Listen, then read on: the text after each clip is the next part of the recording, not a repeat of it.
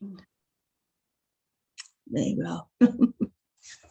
Well, welcome to both Janet and Clayton. I'm really, really grateful for having you on here, and looking forward to a really good discussion around Steiner. If you could start off with introducing yourselves and perhaps letting us know where you're from, where your Steiner journey began, and what you've done with it, basically. So Janet, we'll start off with you. Okay. Well, I was born in Australia, but I've been in New Zealand for many, many years. My Steiner journey started with anthroposophy in my early 20s. And when I started having children, I started to make the observations of the children that I was learning through anthroposophy. And when they were almost grown up, I started teaching. So I was in my early 40s when I started teaching. And biodynamics and anthroposophical medicines and the arts that had developed through anthroposophy have all influenced my life hugely. Mm-hmm. So it's quite interesting that you only came into the teaching side of it in your 40s. Yep. What made you take that turn? You know, actually, a major change in my life. Surprise! It had always been a dream, and I was able to fulfill that dream. Did your children go to Steiner school, or did you homeschool them, or what was your background before you actually? I've got 4 children. The first one was unable to go to a Steiner school because there wasn't one available in the area. Mm-hmm. The youngest 2 went from when they were quite small. And when I moved to Hawke's Bay, the 3 youngest all went to Taikura. Awesome. And did they go all the way through to secondary, or was it? The little ones did, yeah, but the little ones, the younger ones, no longer little. They probably have little ones of their own. They have. I've got big ones of their own.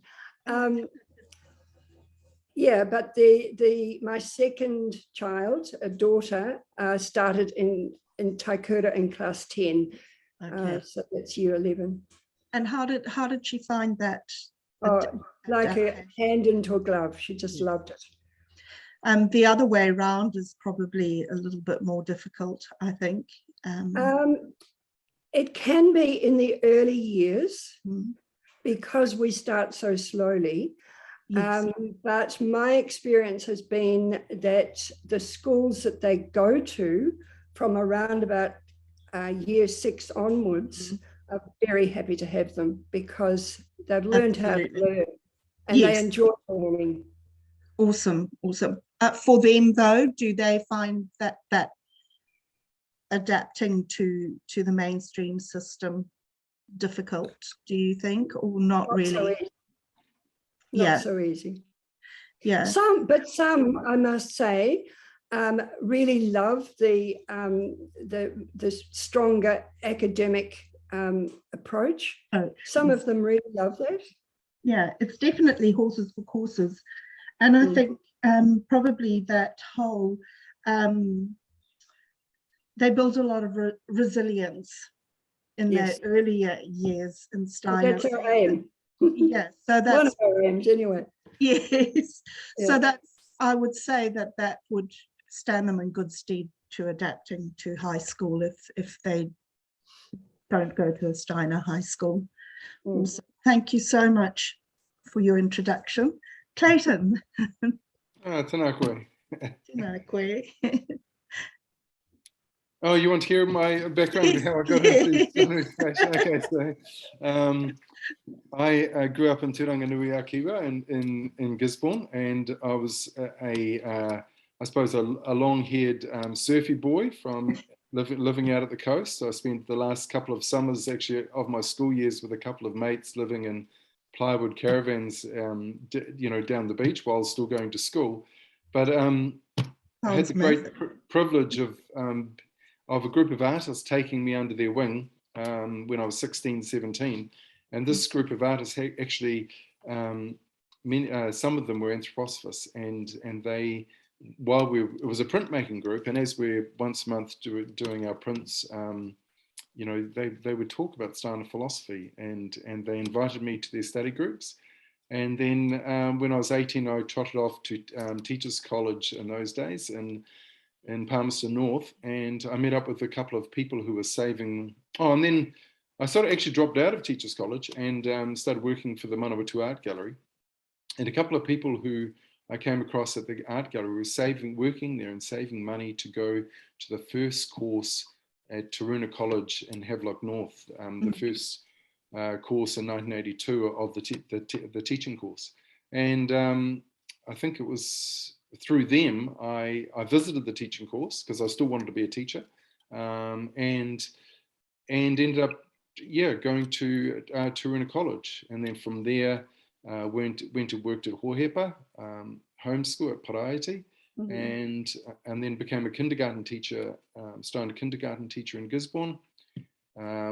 Went back to art gallery work and did my big OE and things like that. And Michelle and our first child was born over in England. And when we came back, I was teaching art in Gisborne, but as we had 3 children in Gisborne, and but they were really unhappy in the state system. And even though we had an amazing lifestyle, I had a really great job, we decided to bring the children to Hastings, to Taukura Rudolph Steiner School, and then with that shift, I became a class teacher, and was there as a class teacher for 20 years.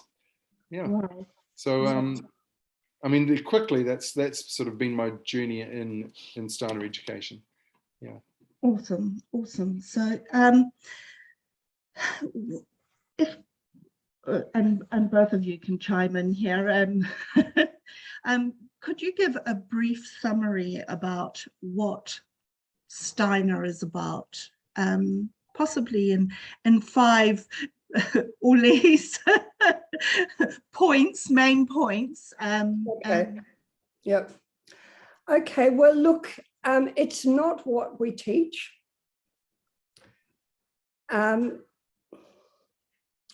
It's not even how we teach, because I've seen some absolutely brilliantly creative non-Steiner teachers absolutely blow me away with their methodologies.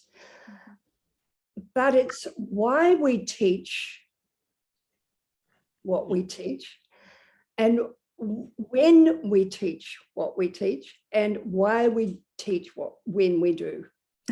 So it's the why and the when rather than the what or the how. Okay.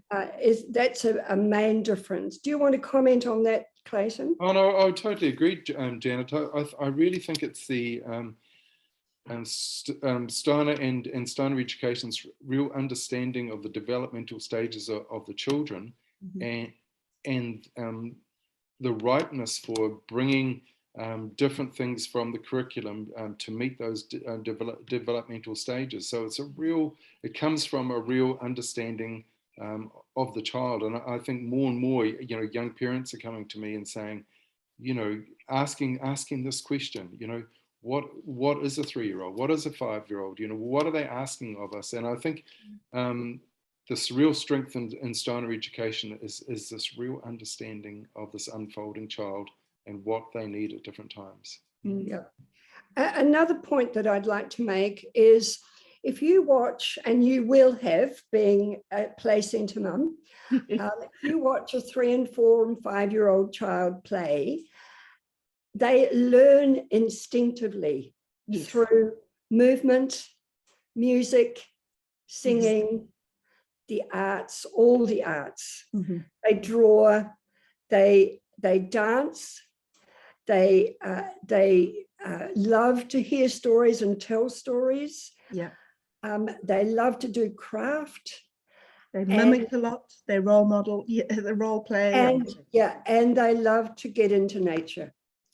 So what we do in Steiner education is we capitalize on a child's innate learning styles. Mm-hmm. Yeah. And we build on that. Mm-hmm. Mm-hmm. Just questions just come into mind. I guess one of the criticisms that I've heard, and perhaps even entertained myself around the stages of development with Steiner, is that not all kids are the same, and some are kind of born into developing a real lot faster. Some are born into developing not so fast. How does Steiner cater for that, or accommodate the differences in children's stage? It's really interesting. It's really interesting you say that, because I think with my own children, I've got a daughter who you could say things like her reading came a lot later. Even things for her came a little bit later than the other children. And I've had other children, my other daughter, you could say that things came to her quicker. Yeah. But interesting that actually it didn't make much difference to what they were experiencing on an inner level at that particular age. They just had different capacities. So sometimes when we see obviously children learn things at different rates, and experience the world differently, but that doesn't necessarily mean that they're not actually going through the same inner world change of that stage of development. It's more to do with their capacities and the learning capacities. So that didn't answer your question, but sometimes I think there's a little bit of a confusion there. I totally get what you're saying, and correct me if I'm wrong, but it's about preparing the ground for the seeds to grow at that stage. So it's about the inner stuff, the emotional, the spiritual, the attitudes, the whole preparing the ground for the seed of learning. So it doesn't really matter if their capacities are different. Yeah, like for example, I think in Steiner education we talk about the 9-year-old change, for example. When I look back at my own life, I think it was a time when I first realized that I suddenly became aware of that our house was poorer than other people's houses. The wallpaper was ripped, and we had strips of lino not on the floor. And before that, my house was just my house. Yes. It was a time when I realized that my mother was older than other mothers, because I was one of the younger ones in a large family. But it's interesting. So with you became more aware of the external world. Yes, but all children go through the stage, and some children, it'll be 6 months before another child. But around about that age, all children will go through that sudden awareness of separation. So, there is a difference, definitely, but within that time frame, it's very rarely more than, say, a 6-month difference. Yeah. Okay. Yeah. And you look in any classroom, Kelly, and there will be a 4 to 5 year range of absolutely abilities. Yeah. And in a Steiner classroom, that doesn't matter, because they all relate to the stories, they all relate to the music, they all relate to the arts, they all relate to the movement. Mm-hmm. So it doesn't really matter. No, absolutely. It's but at this, way, sorry, I cut you off. sorry. But at the same time, you are catering for their The individual needs. their individual needs within that. You know, so it goes back to what Janet was saying before, that you know, especially from the age of 7 to 14, you know, we're really bringing the education to the children through imagination rather than through abstract concepts. Mm-hmm. But within that within that paradigm, I suppose, you know, you're also catering for individual needs and abilities, or learning difficulties as well. Oh, absolutely. That was going to be one of my questions, which it might be a good segue into it. Is one of the criticisms that I've been getting around Steiner through my blog and through the social media part of the business was that Steiner doesn't, and this is a complete perception, it's not a truth, but that there was an idea out there that Steiner doesn't actually cater for our neurodiverse students or our disadvantaged learners, which I was very, very strongly defensive of, but I'd like to hear your ideas around that and how inclusive Steiner is in its approach to particularly kids who have I don't like to say limited capacities, different capacities is probably a more apt phrase.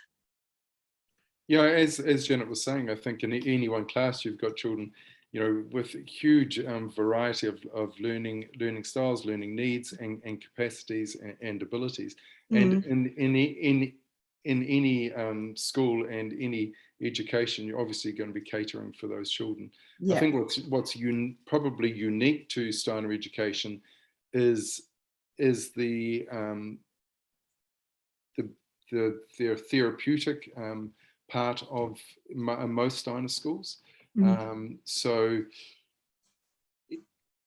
within those capacities, so some Steiner and Steiner schools vary depending on what resources they've got available, of course. But you know, some of the things that are unique to supporting those children is the extra lesson work, which is a supportive method which works with movement that goes right back to retained reflexes from when the children are young. So some of the largest schools work with extra lesson teachers. You know, there's curative eurythmy, and there's art therapy, and also, you know, and each individual child, when they're actually experiencing difficulties on an inner nature or even on an academic nature, all Steiner schools have what we call the child study, where the whole staff get together and they build up a picture of this child. And just on the first day of a child study, they'll just get the picture. Where does this child come from? Who are they as a person? Where is their potentiality, and what blockages, what difficulties are they having with their learning? And just get a picture of that, and then, you know, the teachers go away and think about this and look at it and saying, and then the next time they come back together and say, okay, so, you know, how are we going to support this child in all the different ways, whether it's emotionally and physically, academically, all those types of things. So, you know, there's just a couple of examples where the children will get support in a unique way in Steiner schools, which might be different from other other learning Mainstream. environments. Yeah. Yeah. Yes. And yeah. and in the smaller Steiner schools, we can't afford that extra staff. Mm. We try and develop the teachers in such a way that they are able to bring it to the whole class. So, for instance, if a child has got a retained reflex, you would learn as a teacher, learn an exercise, and the whole class would do it, and it would just be fun. And nobody would know why. Nobody would know. Yeah. No. Yeah, absolutely. So it's basically, as far as I can, it's the ultimate universal design for learning, really, which is the new buzzword in education, UDL, UDL, UDL. Whereas it's been a concept that's been long lived, but people have just ignored it or pushed it aside, I feel. What does, we've kind of talked about how a little bit about the technical part of Steiner. It's basically looking at the whole child, stages and individuals in particular within that whole paradigm of ages and stages and holistic learning. What does it look like in the learning environment for people who actually know very little about Steiner? You want to start that one, Clayton? You're more recent. I think on the surface, I think people, when they first come and read, notice just the aesthetics. The beauty of architecture, the beauty and the aesthetics of the classrooms. And I think on a superficial level, that's what they see immediately. And I think other things they notice, as they've been involved in the school or for a little while, is the strong rhythm to each day, each week, each year. So much now we're experiencing children, especially with all that's been going on in the last few years. This real sense of anxiety in children, and this rhythm that runs through as on a daily basis, on a yearly basis with the school, really gives the children a sense of security and alleviates this anxiety a little bit. And I suppose that sounds a little bit jargonistic, but what I'm talking about with a rhythm is the children will experience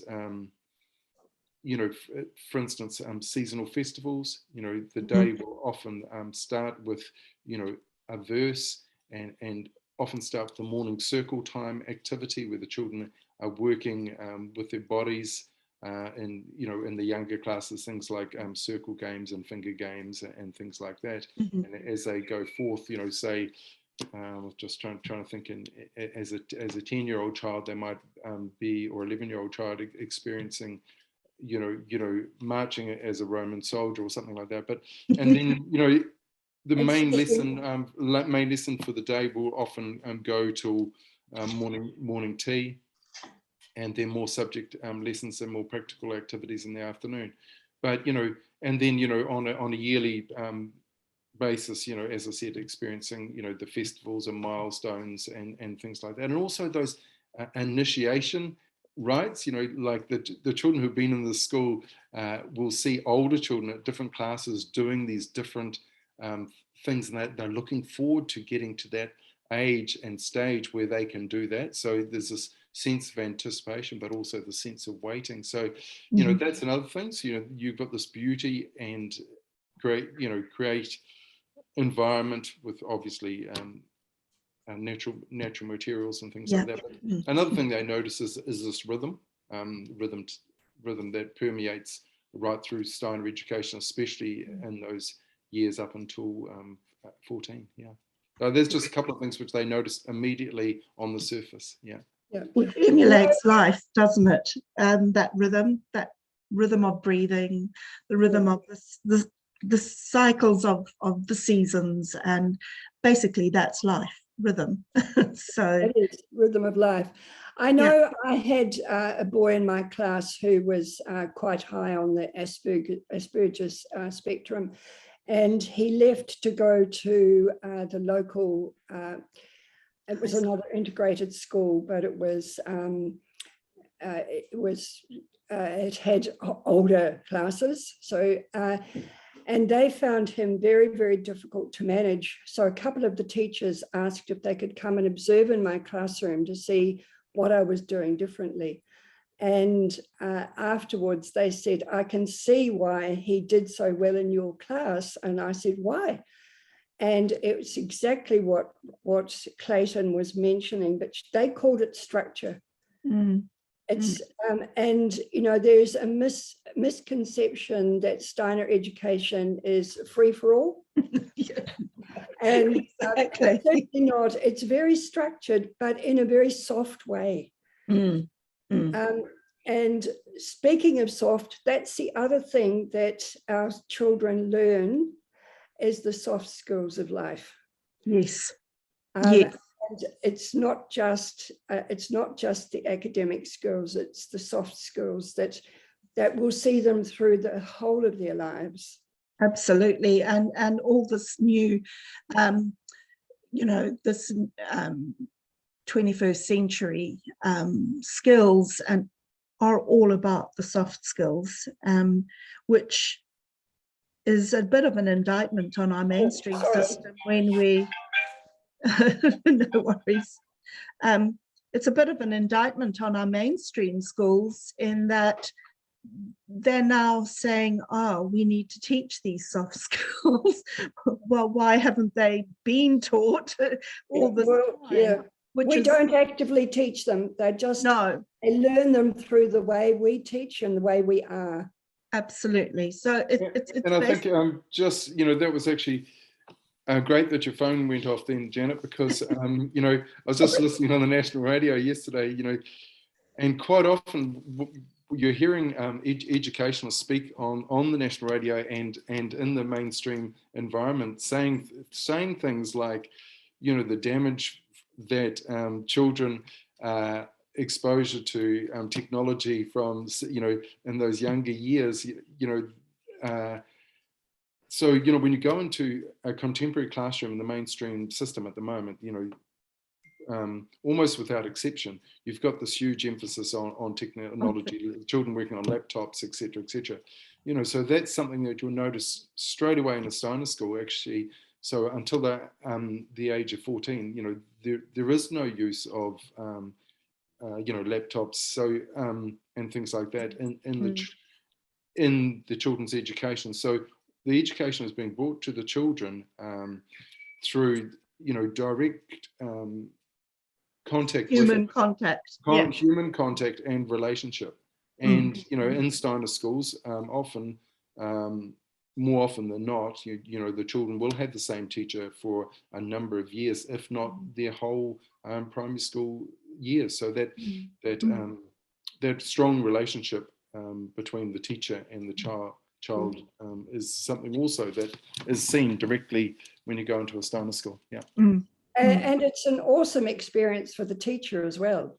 Can you imagine having the children for 7 or 8 years? You know, it's just the most amazing experience. And when you meet them in their 30s, you know, it's just such a strong bond. Yes, absolutely. I haven't had a student for 7 or 8 years, which would have been amazing for some of the students that I did have, but because I was in a learning support environment at intermediate age, I had the students the whole time that they were at the school. So that would 2 and sometimes 3 years, depending on whether they stayed an extra year or not. And when I say learning support, I don't mean a special needs unit. It wasn't a unit at all. It was the lowest 5% of the intake that came into the school. So ranging from highly dyslexic students to students who were on the AWS scheme, which are, you know, really low functioning autistic students whose whānau didn't want them in a special unit because they wanted them in the school, but not, you know. And having those kids for those 2 years really was a huge advantage for them and for me.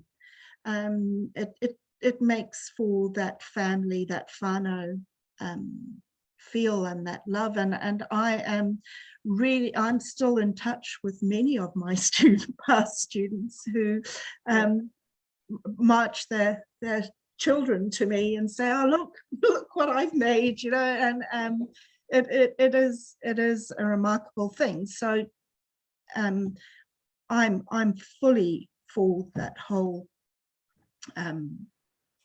you know, having a child for say all their primary years, or depending on whether they actually it's a good fit too, you know, because sometimes it's not a good fit. So how does Steiner work with that if it's not a good fit with a teacher? Is it? Yeah, that's a common question. And my answer to that is usually, who's the adult? Exactly. Yeah. And yeah, you've just got to make it work. Yeah, I think Janet's right, and you know, I've taken a number of classes through now, and Janet said, you know, it's up to the adult. You know, you've got to find a way to love that child. You know, and sometimes it will take, you know, it's just like actually your own children. Some with your own children, sometimes it will take more work to form a relationship with one of your children compared to another child, you know. Absolutely. And you've just got to find a way. I always thought as a teacher, you know, when I was struggling with a child, relationship with a child, I just tried to imagine myself of being that child's mother and their love for that child. And in the end, you'll find a way to love that child. Absolutely. Absolutely. But it also comes down to your choice of teachers. So, you know, I think in Steiner schools, you know, the recruitment of teachers, you know, it has to be a very good choice, because, you know, as an adult, as a person standing in front of those children, as an example, someone who they are able to really get us, because the children will really get a sense of the inner working and the inner quality of a teacher, you know, and that's what they relate Straight to. away. And if that teacher is worthy of, you know, in the way they think, they feel inside themselves, then a sort of almost like a loving acceptance of that authority will come out in the child. So, you know, it is really essentially essential and important that our recruitment of teachers they were very well chosen. Yeah, absolutely.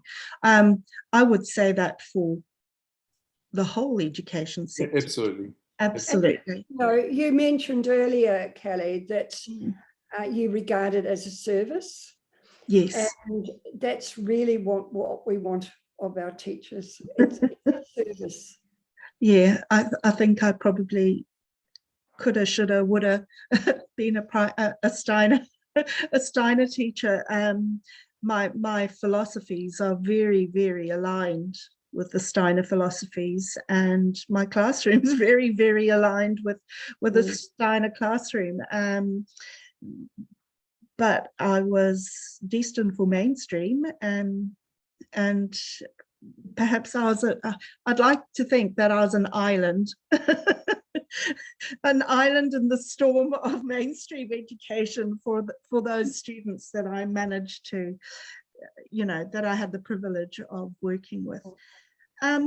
Talking of which, this is probably another good segue to go into the whole idea around integration, you know, being an integrated school. How has that, because most Steiner schools are state integrated, aren't they? Yeah, we've still got 2 private schools in New Zealand. Okay.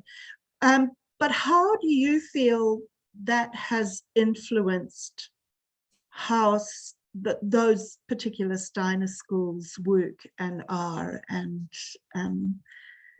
yeah, well, I'll answer it first and then let Clayton disagree with me. Because I think integration was a gift for Steiner education. I think the education is fantastic. But we didn't always have our structures, our administrative structures clear. mm-hmm. And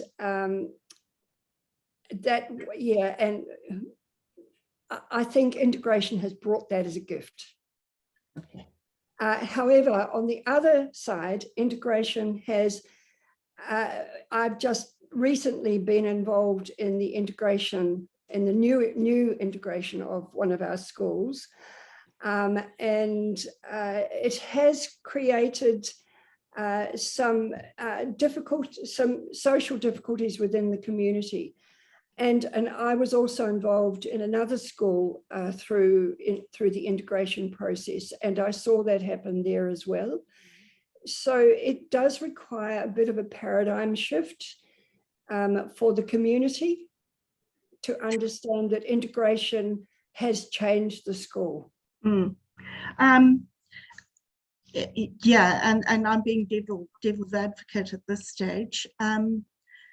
Would you say that the whole, basically, state integrated schools are funded by the government, and that's why they become state integrated? Usually it's around filthy lucre, which we all have to survive on. Does that reliance on the funding and the whole funding structure of that's been established by the ministry, does that influence how a Steiner school actually operates? We have our own curriculum and it is approved by the ministry, and they see the results. You know, when ERO come, they see the results.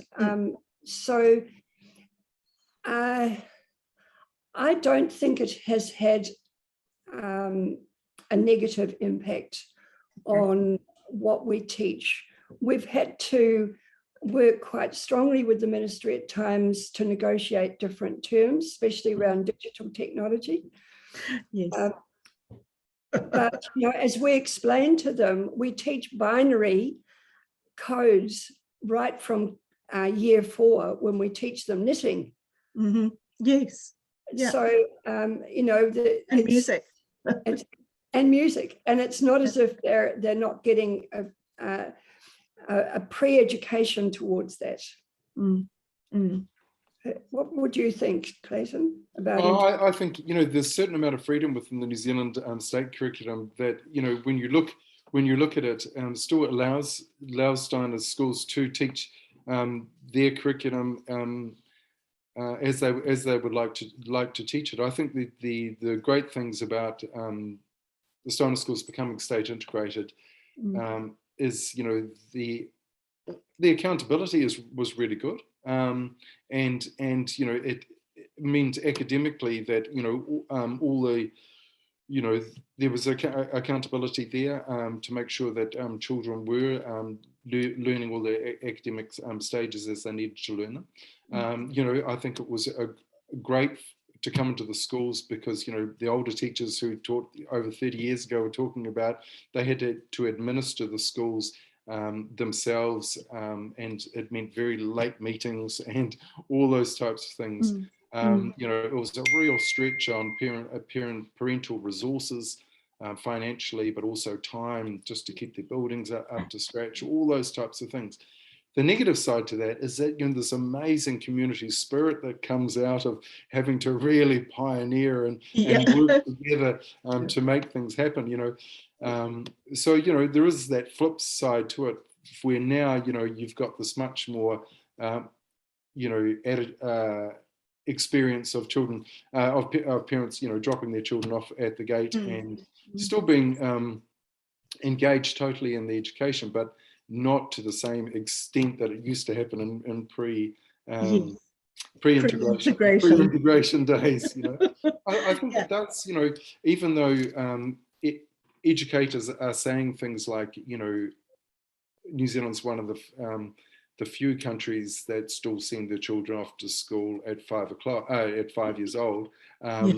You know, there's still that pressure from the New Zealand education system for children to start their academic learning younger. By 6, yes. And yeah, so you know, there are some sticking points which does influence. I think if Steiner education had their choice without being totally integrated, you know, definitely the children wouldn't be starting to school, but you know, they would be starting to school somewhere between their 6th and 7th year, rather than the push to come earlier and earlier in our kindergartens and in starting school. So there are advantages and disadvantages. Yeah, but I would say that is a reflection of our socio-economic situation, with many whānau having both parents at work from 6 months old, you know, just to eke out a living. So I guess once the paradigm shifts for that, it will probably be a lot easier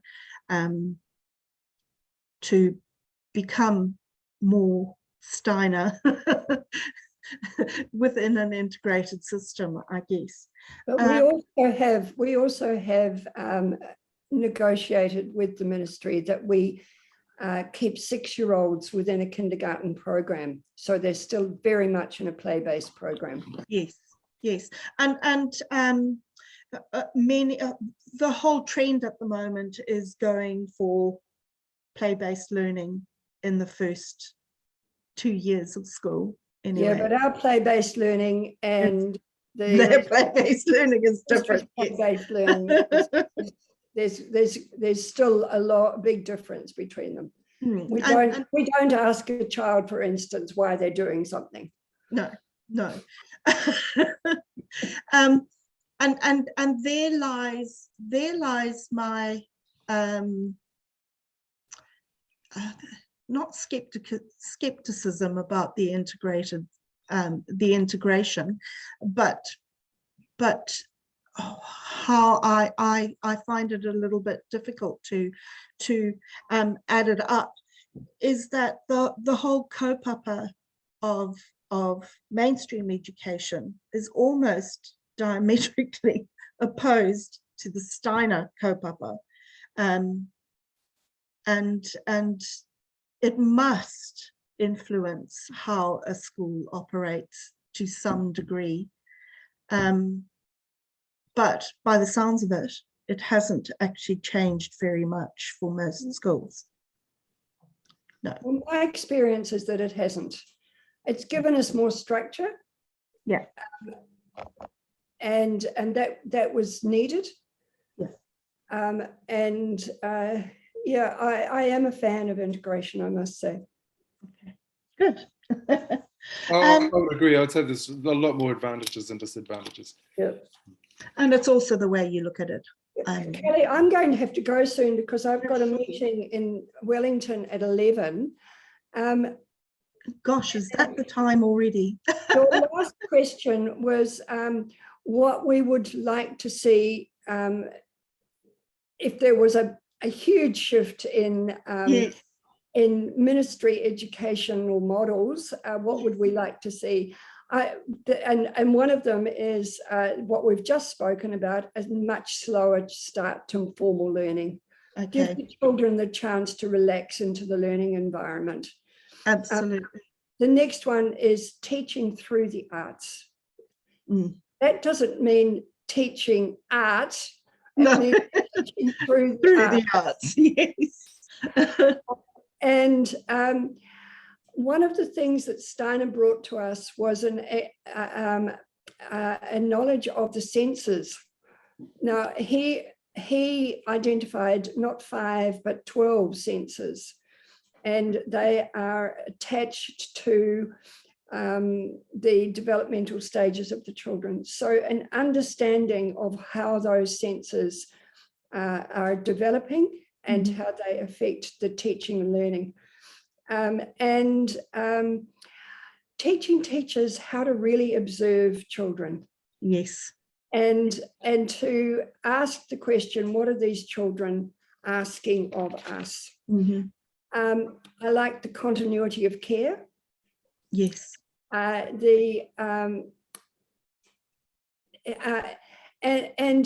you know, you also ask a question about Eurocentric education. Well, I've just been told that there have been kindergarten teacher programs available in all these countries. Listen, Armenia, Bulgaria, Central America, Colombia, Czech Republic, East Africa, Egypt, Estonia, Ethiopia, Fiji, Hungary, India, Indonesia, Iran, Ivory Coast, Lebanon, Zimbabwe, Madagascar, Malaysia, Myanmar, Nepal, Pakistan, Romania, Russia, South Africa, Turkey, Ukraine, Vietnam, Zimbabwe, Kenya, and Philippines. So, you know, these people would not be wanting a Eurocentric I agree. education. They see something else. They see the spirit around the principles. Yeah. Yes, I asked that question because I actually got quite a lot of opposition from a particular group of teachers who were saying, oh, well, why are we taking on another Eurocentric philosophy? But my argument, no, not argument, my answer to that was, well, actually, it's not about where it's come from, because in actual fact, kura kaupapa have very, very similar principles to Steiner. And it doesn't matter where those principles came from, they're actually universal. Yep.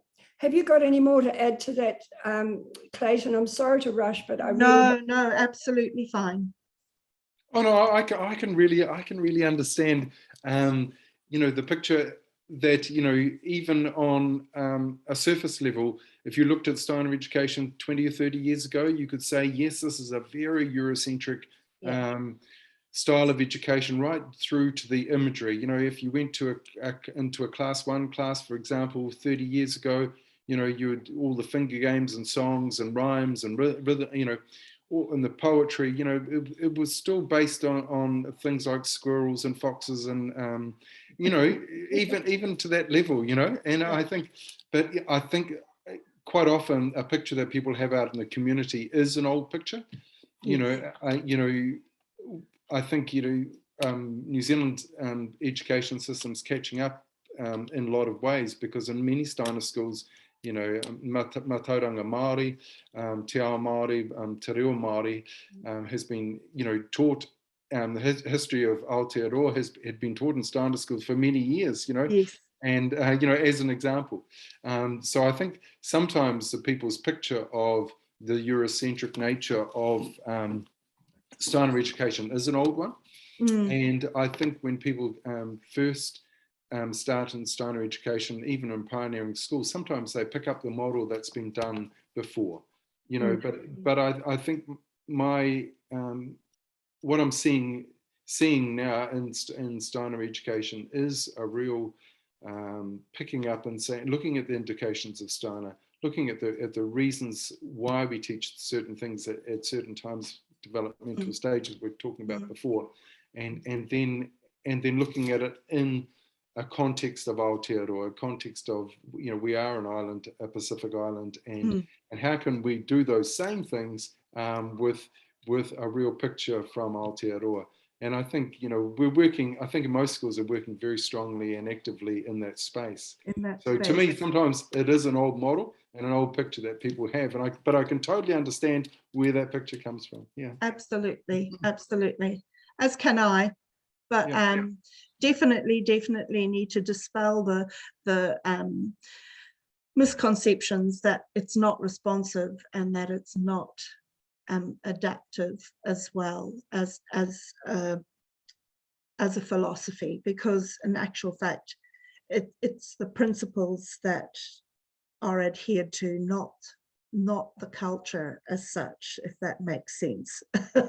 as in it's not a German cultural thing. It's a universal, it's universal principles. So, and every culture has its development. Absolutely. And its phases. Yes. Just as children have. Just as children and people do. Phases. Yeah. After all, it is a human concept, culture. So it's going to be as human as we are, I guess, in its development. I want to thank you both so much for coming on here, and it's been a really interesting morning, and I hope that we will connect again sometime. I'm hoping to write a book by the end of this discussion series, so I will be getting in contact again, hopefully, for some more brain picking. It's been a pleasure, and I think we've only just scratched the surface. I agree. On Steiner education, so there's many things that we could have talked about. Yeah, so absolutely, and perhaps if people are interested, I'd really like to have another discussion with you sometime, maybe later on in the year, if that would be okay with you. Well, we might be able to find a few more people who would like to. Thank you for the opportunity, Carrie, and all the best with what you're doing. Thank you very much. Thank you for taking the time. Have a good rest of your day. Okay, see you, Janet. Mā te wā. Bye, Janet. Bye, Clayton.